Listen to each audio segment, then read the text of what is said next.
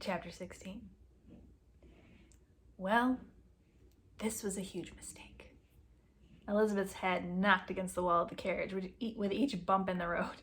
It had been almost 3 hours since she left Longbourn, though it felt like more like 3 days.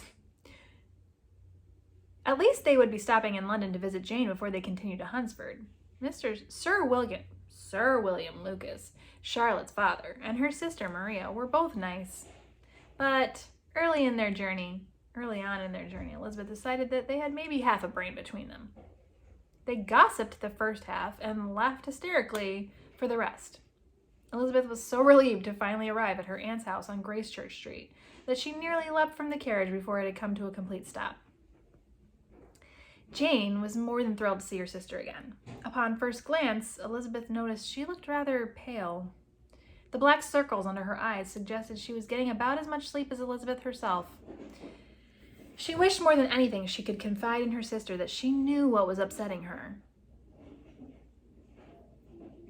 But she realized that if Jane wanted to talk about her feelings, she would have done so by now. Instead, she gave her a tight hug and hoped Jane would feel the unspoken empathy she put into it.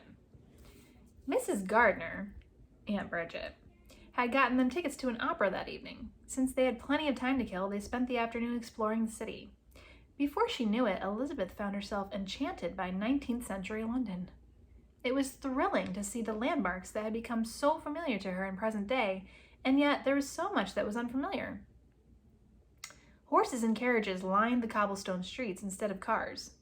In place of the constant blaring of horns and hum of motors, she could hear the steady beat of hooves and the jingle of bells. The people that walked past were deep in conversation and not staring down at their cell phones. No loud music vibrated through subwoofers outside the shops. Instead, a trio of men playing instruments in Trafalgar Square filled the air with their sweet music. Elizabeth was suddenly hit by the realization that Mr. Bingley was somewhere in London. At any moment, she could look up and see him walking toward her down the street. She had no idea how she would react if he did, but her frantic heartbeat and sweaty palms told her it would probably not go well, especially with Jane by her side. If she were trying to find a place in London that did not make her think of him, the opera was not the best choice. That evening, Elizabeth sat in the dark, surrounded by hundreds of others at King's Theatre, listening to the most beautiful voices she had ever heard perform a tragic love story called Tancredi. The haunting melody reverberated around the walls of the theater and straight through her chest like a knife. She felt raw and vulnerable as she watched the title character die in his lover's arms, and did not even realize that she had been crying until the curtains fell and the audience erupted in applause. Her aunt, who had been watching her closely throughout the evening, drew her back away from the others on the way home.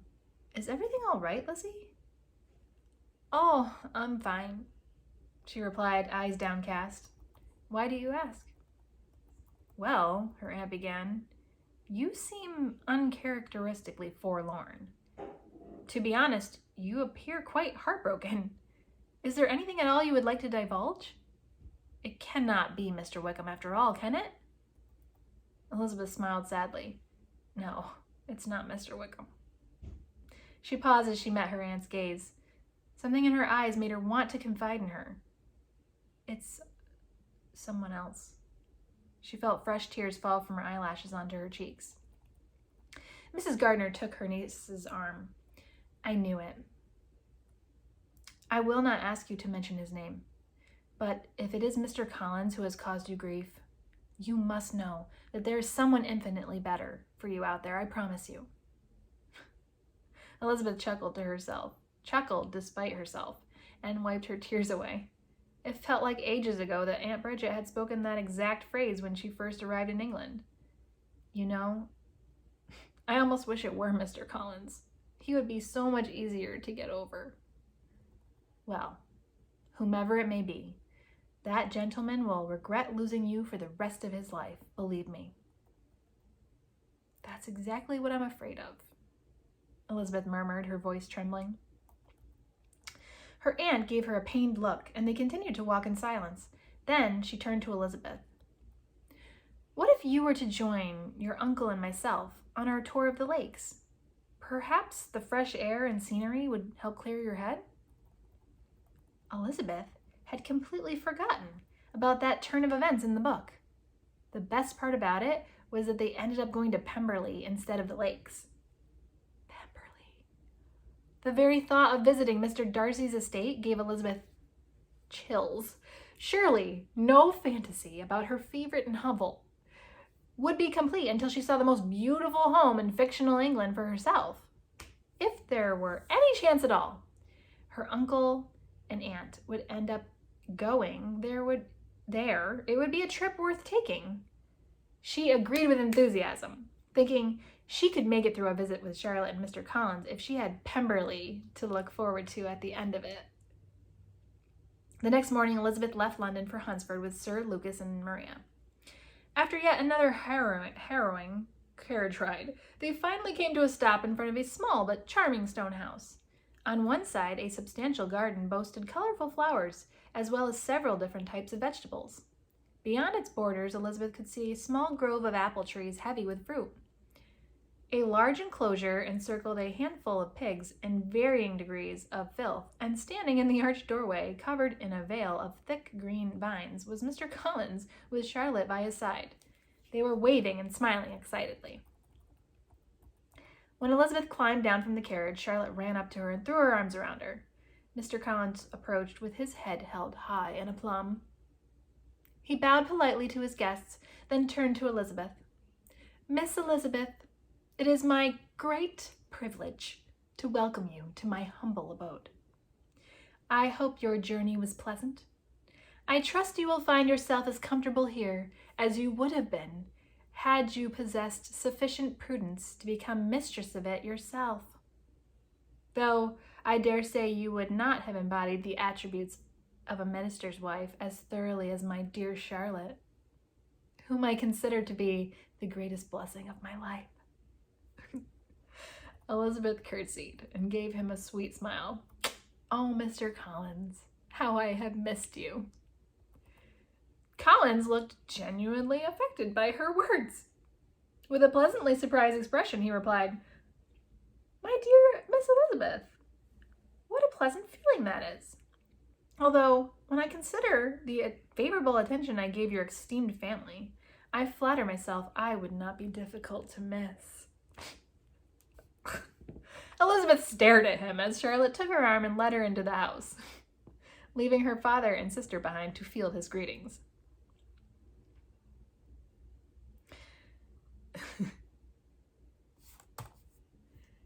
Charlotte offered her drink, which Elizabeth was disappointed to find was only water. She was going to need something much stronger to get her through this visit. She remembered Mr. Collins' real-life counterpart believed alcohol to be of the devil, and deemed it likely his sentiments were the same. Sipping from her glass slowly, she listened as Mr. Collins described in detail the room they were standing in. He looked in her direction every few seconds, as if emphasizing exactly what she had missed out on by not marrying him. Elizabeth snuck covert glances at Charlotte for her reaction, but her glazed expression did not reveal anything other than an impressive ability to tune him out. After every piece of furniture in the house was sufficiently praised, they went out to the garden, where they were given an exhaustive tour. Mr. Collins was extremely proud of his work. He noted that his wife encouraged him to be outside as often as possible. Elizabeth gave Charlotte a quick smile, and she winked back. Elizabeth grinned. She was beginning to see just how Charlotte worked this idiotic man, and it was masterly. She was further impressed with her friend when she led her and Maria inside to show them her own private sitting room that her husband was not allowed to enter. According to Charlotte, she spent several hours each day alone there to meditate on God's voice. Elizabeth had to hand it to her. Charlotte seemed to know exactly what she was doing. After dinner, they were treated to a homage to Lady Catherine, 1001 of her greatest attributes, accomplishments, and virtues. Elizabeth nearly dozed off due to boredom. Her head was lolling against the back of the chair she was sitting in when the sound of her own name brought her suddenly back to attention. She saw Mr. Collins beaming at her. "Miss Elizabeth, I was just apprising my father-in-law and sister of the gracious invitation we have received. We are to dine with Lady Catherine at Rosings tomorrow evening." Elizabeth yawned behind her hand and smiled. "Awesome," she remarked. "I can't even believe what an honor it is. Such a privilege." Mr. Collins, once again, smiled openly at Elizabeth, clearly unable to discern her sarcasm. It was almost too easy to mess with him. She stood up and gave an embellished curtsy, then excused herself for bed. On her way to the door, Mr. Collins exclaimed, "Oh, I nearly forgot. I must thank you, Miss Elizabeth, for this great civility. Mr. Fitzwilliam Darcy and another gentleman of his acquaintance have come to stay with his aunt. It must be to your credit, as you are so closely acquainted with him yourself." Elizabeth's heart swooped as she hurried from the room. When she reached the safety of her bedroom, she sat on the bed, biting her nails and racking her brain. She knew that Mr. Darcy was at Rosings in the novel, but she could not for the life of her remember who it was that accompanied him. Was it General? No. Colonel Martin? Fitzgerald? Sanders? Yeah, right. Mr. Darcy of Pride and Prejudice is a close friend of the founder of Kentucky Fried Chicken. Sheesh. She thought longingly that she would give just about anything for a bucket of drumsticks. Elizabeth could almost smell it in the air. But what if it were Mr. Bingley? Could her heart handle seeing him again? As she lay awake hours later listening to Mr. Collins' loud snoring through the wall, she pictured his sparkling blue eyes and dimples in her mind and decided it might be worth the risk. The sky was just starting to transform from pitch black to eggplant purple when Elizabeth finally fell asleep. When she opened her eyes again, the sun was streaming in through the muslin curtains. She could hear birds chirping happily in the tree just outside her window. Their pleasant sound was drowned out by the sudden muffled shriek of Mr. Collins' effeminate voice from downstairs. She peeked her head around the doorframe and saw Charlotte leave her room, fully dressed and looking as though she had been up and about for hours. Elizabeth wondered just how late she had slept in. "Lizzie," Charlotte breathed, "hurry and dress. Mr. Darcy has arrived to pay a visit." Elizabeth's eyes widened in shock. Mr. Darcy was here now? Could Mr. Bingley be with him? Crikey! She squinted up at the ceiling. Crikey? Jumping back into her room and shutting the door, Elizabeth frantically began searching through her dresses for her best one. She threw it over her head and finished dressing. Her hair fell in messy waves around her face, but there was no time to put it up. She stared at her pale reflection in the mirror. What I wouldn't give for mascara. As she hesitantly peered around the doorway of the parlor, Elizabeth saw Mr. Collins, Charlotte, Mr. Darcy, and a stranger sitting beside him. She let out the breath she didn't realize she had been holding. Both Mr. Darcy and the stranger stood and bowed, and Elizabeth gave a quick curtsy. "Miss Elizabeth, how wonderful it is to see you again." Mr. Darcy greeted her. "May I present my cousin and good friend, Mr. Colonel Fitzwilliam." Elizabeth smiled at him. He was tall, with broad shoulders and a bit of a broad belly. He had reddish gold hair that grazed his ears and large amber eyes. He wasn't exactly handsome, but his face was friendly and good-natured, and she immediately felt at ease around him. She glanced back at Mr. Darcy, who was now positively beaming, and wondered why he appeared to be in such an uncharacteristically good mood. Colonel Fitzwilliam took her hand. "What a pleasure it is to meet you, Miss Elizabeth. I have heard so much about you from my cousin." "I have heard much about you from my cousin." "Really?" Elizabeth puzzled, taken back by this news. She gave Mr. Darcy an inquisitive look. "I related to Colonel Fitzwilliam the time you and your sister spent at Netherfield." Darcy clarified. Oh, right. Elizabeth felt her heart plunge into her stomach at the mention of Mr. Bingley's home. Mr. Collins found a willing audience in Colonel Fitzwilliam. The two of them conversed happily the entire visit, while Charlotte nodded her approval at intervals. Elizabeth and Mr. Darcy mostly sat in silence and listened. However, more than once Elizabeth caught him looking in her direction. When she met his gaze, however, Mr. Darcy merely smiled nervously and looked away again. His behavior brought to mind the evening of the Netherfield ball. Was he also thinking of that night? After a couple of hours, the guests rose to leave. As she followed him to the door, Elizabeth was suddenly struck with an epiphany that Mr. Darcy must have recently seen Mr. Bingley. "Mr. Darcy, how was London?" she asked casually.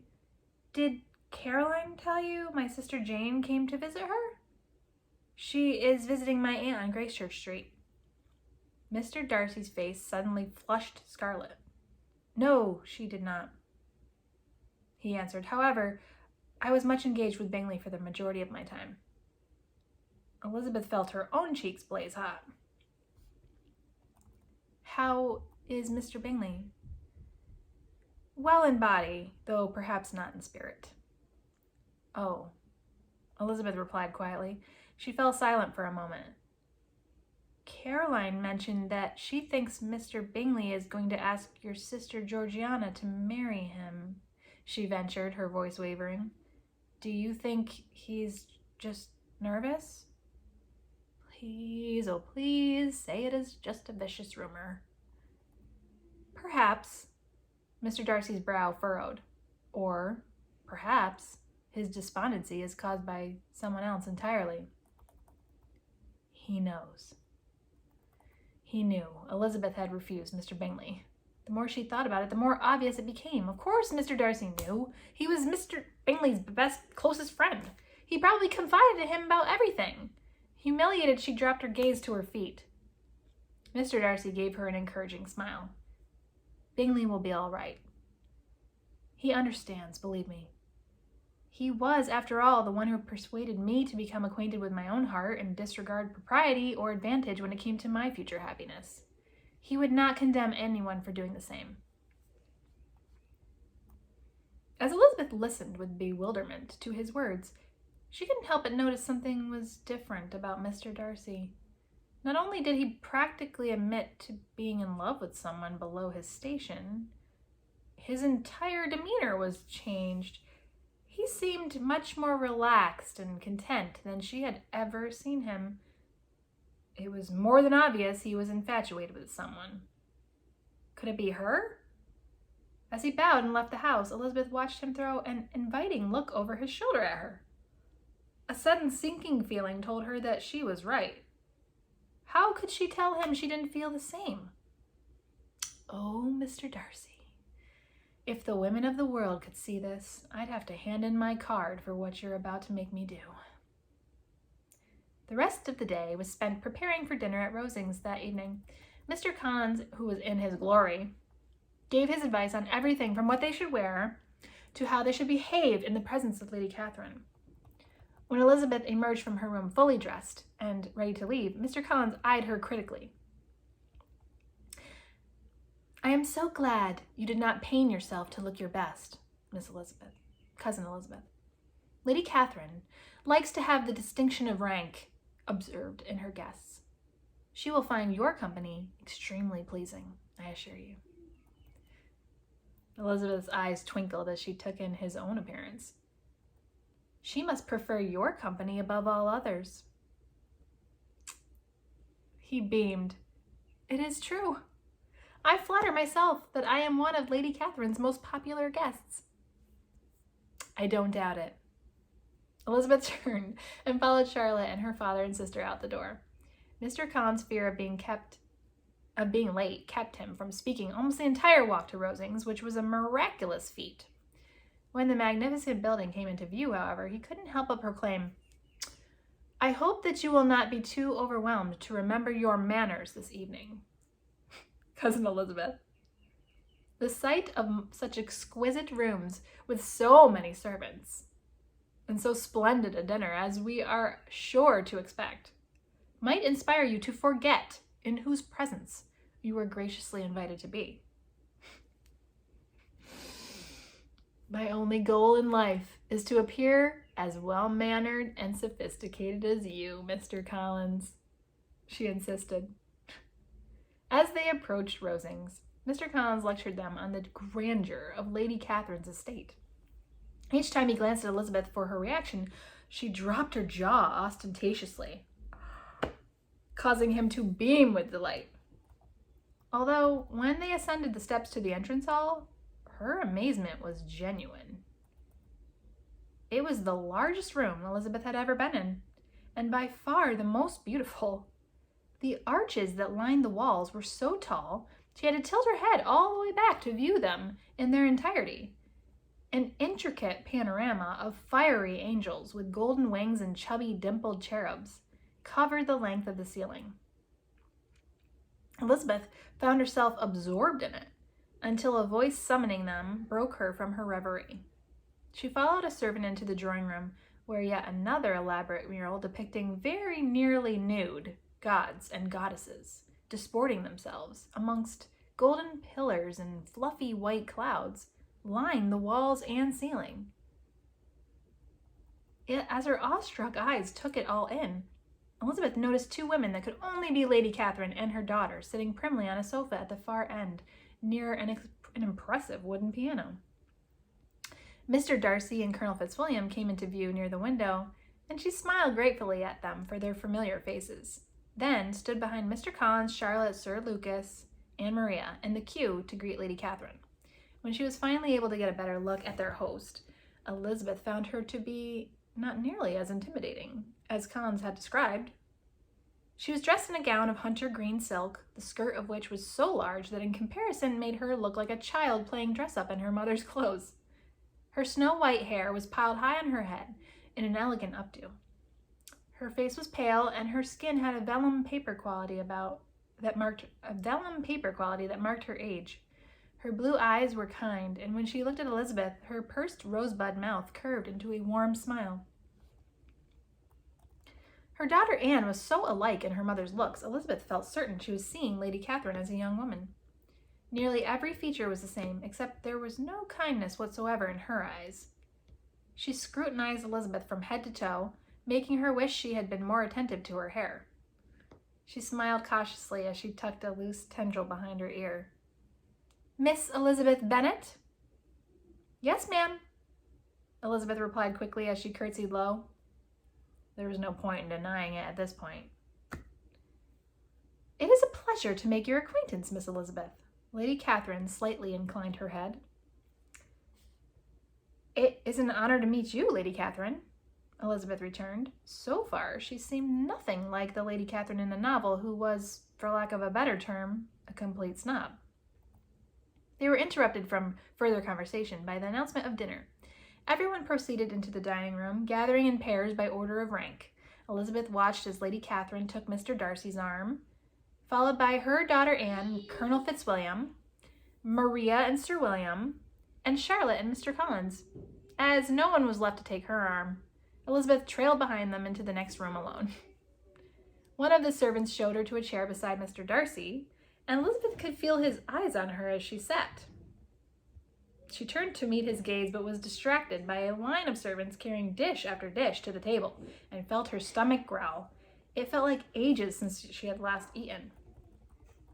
When their plates were full, Mr. Darcy smiled at her as if to begin a conversation, but was interrupted by Mr. Collins, who had begun to pretentiously compliment the food. His observations were echoed emphatically by Sir William, and between the two of them, Elizabeth wondered how Lady Catherine could stand the sycophantic sucking up. A glance in her direction told her that not only could Lady Catherine stand it, but she seemed to revel in the attention. Desperately desiring to tune them out, Elizabeth shifted and noticed Mr. Darcy giving her a commiserative look. They smiled in unison. "Miss Elizabeth, are you enjoying your time at the parsonage?" he asked. "Oh, yes," she commented with mock enthusiasm and took a long sip of wine from the glass in front of her. I am having the time of my life, let me tell you. If only I had said yes when Collins asked me to marry him. Imagine how fulfilling my life would be now. Mr. Darcy frowned. Mr. Collins asked for your hand in marriage? Oh, God. Why did she have to say that? There was no reason for Mr. Darcy to know about Mr. Collins' proposal. Now he probably thought there was something fundamentally wrong with her for refusing 2 different men in the course of a week. Elizabeth took another swig from her wine glass. Yes, he did. And you refused him? Elizabeth sipped again. Yes. Mr. Darcy fell silent, lost in contemplation. Elizabeth turned toward Colonel Fitzwilliam, who leaned in to ask her a question. When she finished speaking to him, she looked back at Mr. Darcy. He gave her a brief smile and took a drink. Elizabeth followed suit, draining the last of her wine from the glass. She felt the unspoken tension between them and knew she had to explain herself in some way. The meal ended and dessert had been served before she thought of something worth offering. She rotated toward him to speak, but was interrupted by Lady Catherine.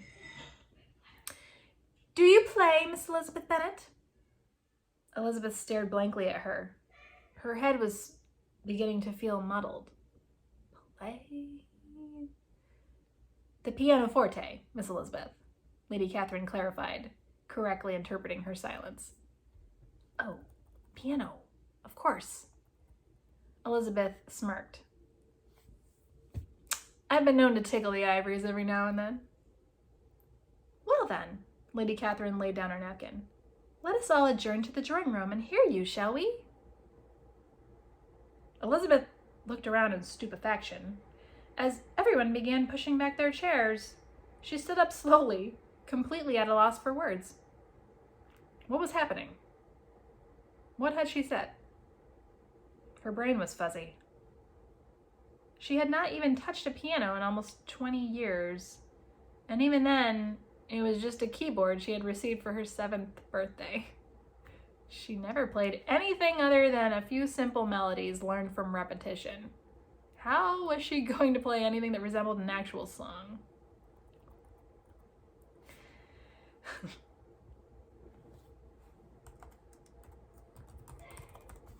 Elizabeth followed the procession into the drawing room and joined the rest of them as they took seats on the rigid sofas. Lady Catherine gestured toward the piano, a massive, mahogany grand that inhabited an entire corner of the room. Wincing, she reluctantly stood and walked slowly toward the tufted bench, losing her balance momentarily and catching herself before sitting on the edge. Her eyes wandered along the walls and up onto the ceiling, and Elizabeth noticed that there were a lot more people in the room than there were at dinner, and they were all naked. Had they come to Lady Catherine's drawing room just to hear her play? Why were they not wearing any clothes? Like a light bulb. It dawned on her that her brain must be utilizing the classic entertainer's trick of imagining the audience in the buff. It made complete sense, actually. What better way to relieve her nerves? Elizabeth gave them a conspiratorial nod, and then turned her head hopefully toward Mr. Darcy, who was disappointingly still clothed. Fully clothed. She gave him a playful wink and fired a finger gun at him anyway. Staring hard down at the shiny white keys, she suddenly felt a surge of blind confidence. This is gonna be easy. It is a dream after all. I bet I can play anything I want. Get ready for some Mozart, people. Elizabeth interlocked her fingers and cracked her knuckles. Then she placed them on the piano and took a deep breath before plunking out the first few notes of Heart and Soul. She began to go a little faster and then even faster, and then she really got into it as her fingers flew across the keys. Things got a little tricky when she switched to the second part, Elizabeth hit several wrong notes, but recovered nicely, adding a little flourish of her own devising before finishing with a final dramatic poke of the final key. She waited with her eyes closed for the note to die out. Crushed it. She scanned the faces of her audience for their reaction, noticing that the room did not stop moving with the turn of her head. She focused and refocused on their blank expressions and took the general silence as a request for an encore. How about a little Beethoven? Without hesitation, Elizabeth dove straight into a rousing rendition of Chopsticks. When she finished, the room at large clapped politely, although the nudists were rudely unimpressed. Elizabeth stood and curtsied, losing her footing slightly, then took a seat next to Mr. Darcy. That was remarkable, he said cautiously, the ghost of a smile on his lips. I have never heard anything like it before, Colonel Fitzwilliam added. Elizabeth smiled broadly at the two of them. Me either. She frowned. Wait, what are you talking about? Mr. Darcy arched an eyebrow. Your piano playing, Miss Elizabeth. Right. Elizabeth stared dazedly at him. She had never really appreciated just how blue his eyes were. She gave him a coquettish smile and inhaled deeply, then choked and began to cough loudly. Are you all right? Perhaps you should retire for the evening, Miss Elizabeth. You do not appear well, Mr. Darcy said anxiously. Elizabeth looked across the room to where Maria had replaced her at the piano and was now playing a beautiful hymn, while her father, sister, and brother-in-law were all preoccupied with listening to the music. They certainly did not appear ready to leave. You know, she began, I do feel a little weird. Maybe I should just walk home and go to bed. She stood up quickly and began to fall over backward. Mr. Darcy threw out his arm and caught her. Miss Elizabeth, I must insist you allow me to escort you back to the parsonage. Elizabeth grinned. Hey now. She wagged her finger at him playfully, then realized she was pointing at Colonel Fitzwilliam and moved her hand toward Mr. Darcy. Hey now. You and I both know that being alone is against the rules of prose. She swallowed hard. And I never break the rules. Never. I am a lady. I will have you know.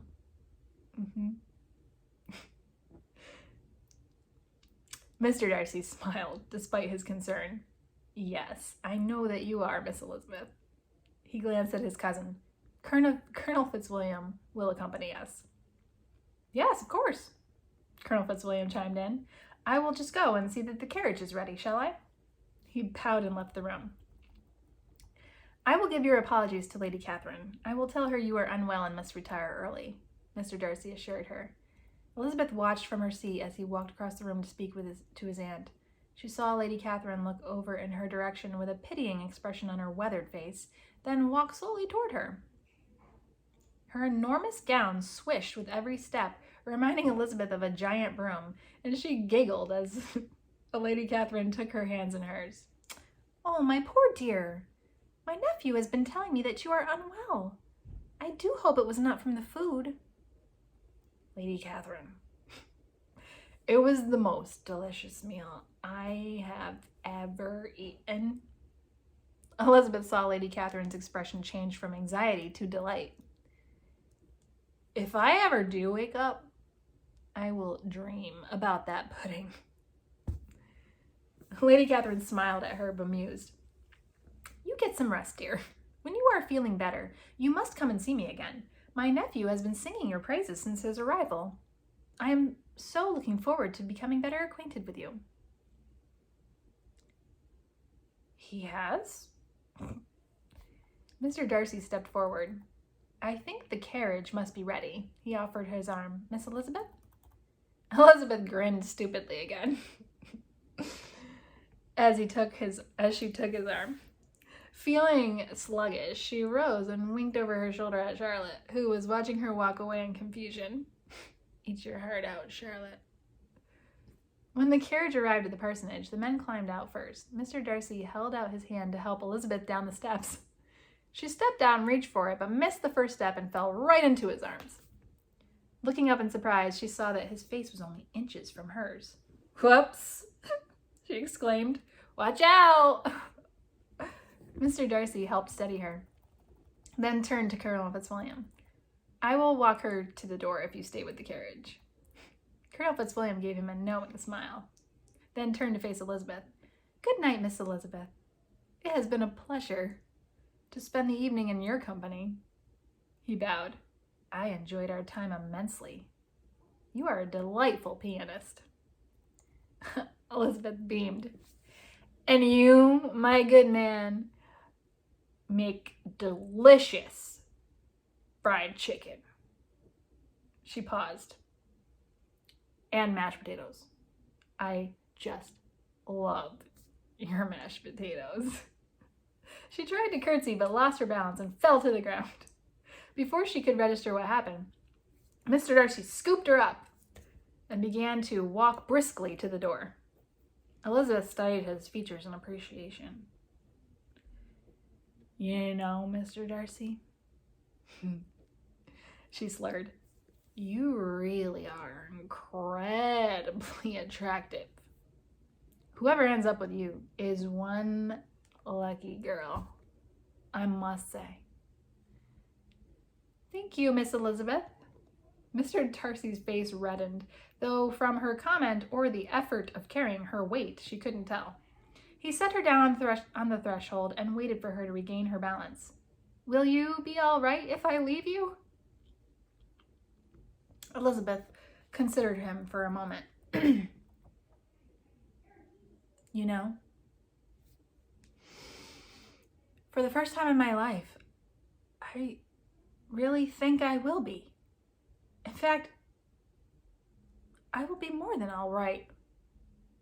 I now know what it is to be in love with someone and have them love you back for who you really are. No more trying to be the perfect woman. No more searching for a man who is as perfect as you. In fact, perfection is as elusive as you are, Mr. Darcy. Neither one exists in the real world. And I am finally 100% okay with that. I really think I am finally ready to let you go." She noticed the adorable cleft in his chin and gave him an unfocused smile, then reached out to run her thumb across it, which was as satisfying as she hoped. "You really are everything I dreamed you would be, though. It was almost worth the coma just to see you in person. You are so amazingly yummy." Mr. Darcy smiled. "You need rest, Miss Elizabeth. I will bid you good night." He took her hand and kissed it. "Whenever it may be that you are inclined to accept, you will make the gentleman that asks for your hand the most enviable in England. You are extraordinarily beautiful yourself, you know." Elizabeth raised her eyebrows. She felt weak in the knees as she gazed from her hand to his lips. "And you, Mr. Darcy, are an extremely,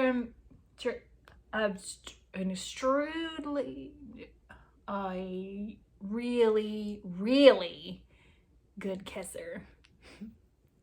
Mr. Darcy looked up in bafflement, but before he could say anything, Elizabeth threw her arms around his neck and pressed her lips firmly against his.